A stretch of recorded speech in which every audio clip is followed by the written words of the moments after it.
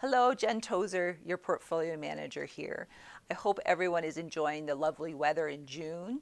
Kids are just about finished school, which is wonderful. You can get them out of the house. They don't have to play video games for 10 hours. So I'm looking forward to the summer. I thought I'd give you a quick update because we've had some great market recovery and I've had a lot of questions about, well, what's next? So if I think about the beginning of this year, we expected 2020 to be a pretty good year. There was no major economic issues on the forefront, and then we got COVID, which hit us out of left field. And when you get something that's completely unexpected that hits the market, it doesn't matter what it is, you get a relatively predictable response, which is behavioral, where everybody just sells everything. And we saw that in March of this year, where the market fell by about 45% in 2.5 weeks.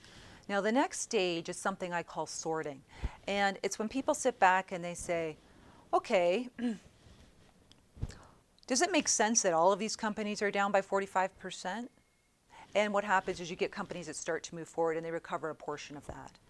And then the next thing that happens in the market is you get what I call is people start looking backwards and they start, delving deeper and they say, well, if I looked at my behavior before COVID and I looked at my behavior when COVID is over, I don't know when that's going to be, what's going to fundamentally change? And I could tell you that the industries that are going to fundamentally be better and the ones that are going to fundamentally be poorer.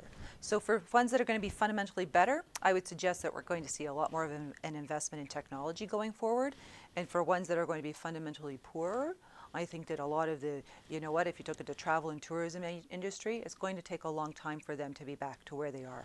So that's the next phase of what's happening right now. And then the final thing that has to happen is that you need some type of catalyst where everything goes back to pretty close to normal.